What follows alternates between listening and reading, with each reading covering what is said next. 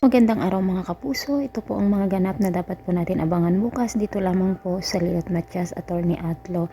Nasa burol na nga ang katawan ni Attorney Meredith Simon at nagluluksa na nga talaga ang kanyang mga anak na si Lilat at Ira. Pumunta naman doon si Trixie upang sabihin kay Ira na baka daw si Lilet ang may kinalaman dito sa pagkamatay ni Attorney Meredith.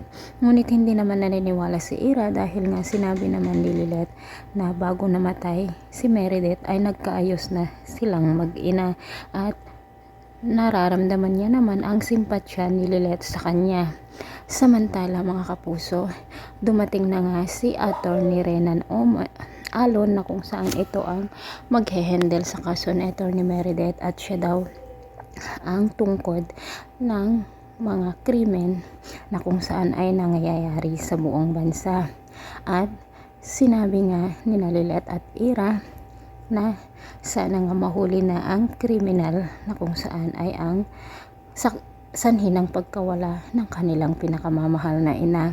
Samantala, nag-uunahan nga sina Attorney De Leon at Attorney Renan Alon pati si Ira kung mahanap itong si Evelyn.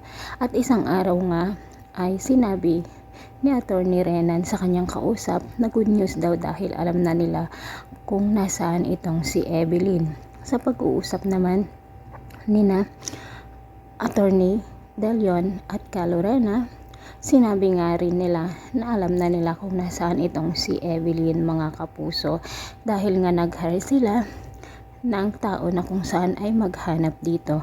At sa pagbukas nga ni Evelyn sa may pintuan, nagulat siya nang makita nga niya ang tao na bumulugas sa kanya mga kapuso. At sino kaya ang unang nakakita dito kay Evelyn na magiging eyewitness sana nila Lilet at Ira sa pagkamatay ng kanilang ina?